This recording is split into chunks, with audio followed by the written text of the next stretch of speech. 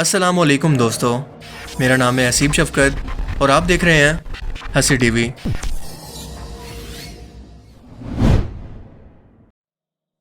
دنیا بھر میں جب بھی کوئی انٹرنیشنل ایونٹ ہوتا ہے تو وہاں پر ہر قوم، نسل اور مذہب کے لوگ دنیا بھر سے شامل ہوتے ہیں اور اس کو آرگنائز کروانے والے ملک کو اس سے اچھی خاصی آمدنی ہوتی ہے۔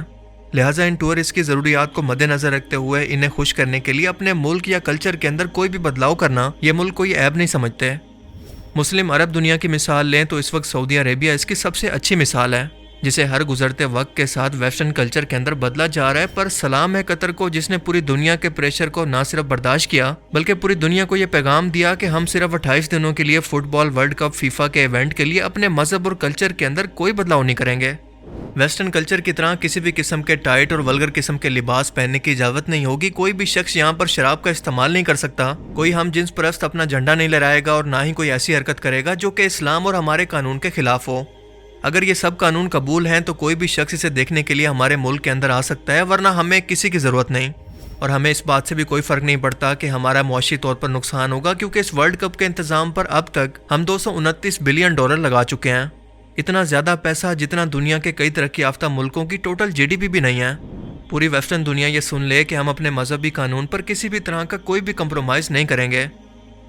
قطر میں کچھ مخصوص بارز پر الکوہل ویسے تو غیر مسلموں کے لیے دستیاب ہوتی ہے، لیکن اسے پبلک کے اندر پینا الاؤ نہیں۔ اس ورلڈ کپ میں بھی اس قانون کو 10 لاکھ لوگوں کے کہنے پر بھی نہیں بدلا گیا، حالانکہ قطر کی خود کی ٹوٹل آبادی 30 لاکھ بھی نہیں ہے۔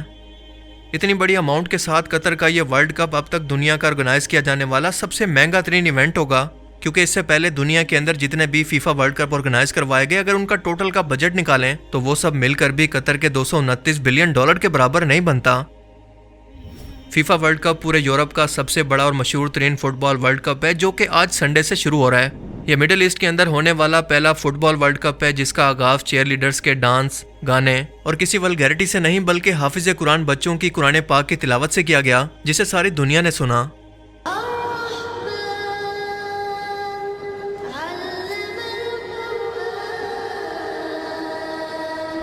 اس ورلڈ کپ کے اندر 32 ٹیمیں حصہ لے رہی ہیں، اور 2010 کے اندر جب قطر کے پاس اس ورلڈ کپ کو ہوسٹ کرنے کے لیے رائٹس آئے تو پوری دنیا حیران تھی کہ اتنا چھوٹا سا ملک اتنے بڑے ایونٹ کو کیسے آرگنائز کرے گا، جس کی آبادی پاکستان کے شہر فیصل آباد سے بھی کم ہے۔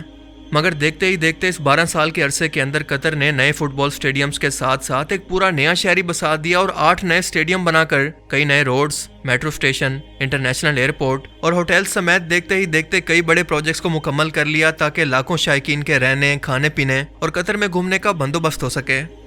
اور ایسا بھی نہیں ہے کہ قطر نے $229 بلین کی رقم صرف اور صرف فیفا ورلڈ کپ کو آرگنائز کرنے پر لگا دی ہے، بلکہ دراصل یہ اس کے VN 2030 پروجیکٹ کا حصہ تھا، جس کے مطابق 2030 تک قطر کو اپنے ملک کو مزید ترقی یافتہ اور ڈیولپ بنانا تھا، دبئی سے بھی زیادہ،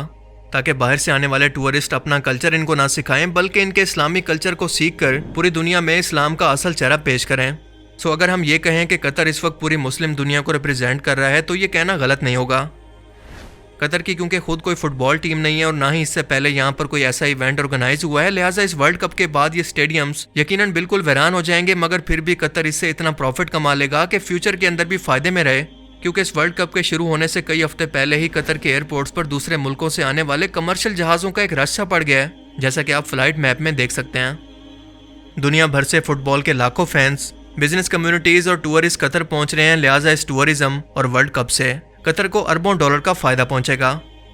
صرف فٹ بال فینز ہی نہیں بلکہ 5 ارب لوگ ٹیلی ویژن کی اسکرین پر اور سوشل میڈیا پر قطر اور اسلام کی ثقافت کو لائیو دیکھیں گے، اور ان تک اسلام کا اصل چہرہ پہنچ سکے گا، جسے انٹرنیشنل میڈیا نے صرف اور صرف خوف اور دہشت گردی سے جوڑ رکھا ہے۔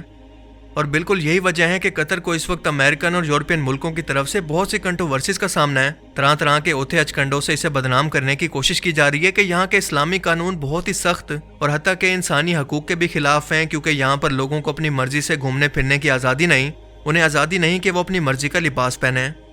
اس سے بڑی ہپوکریسی ویسٹرن دنیا کی بھلا کیا ہو سکتی ہے کہ یہ خود کہتے ہیں کہ ہر شخص کو ہمارے ملک کے رولز ریگولیشن کو فالو کرنا اور اس کی رسپیکٹ کرنا لازمی ہے۔ ہماری مرضی ہے کہ ہم اپنے ملک کے لیے جو مرضی قانون بنائیں، کسی اور ملک کو یہ اختیار نہیں کہ اس میں کسی بھی طرح کی مداخلت کرے۔ لیکن جب کسی مسلم ملک کی باری آتی ہے تو انہیں اس بات پر اچھی خاصی تکلیف شروع ہو جاتی ہے، جس کی سب سے اچھی مثال ہے فرانس۔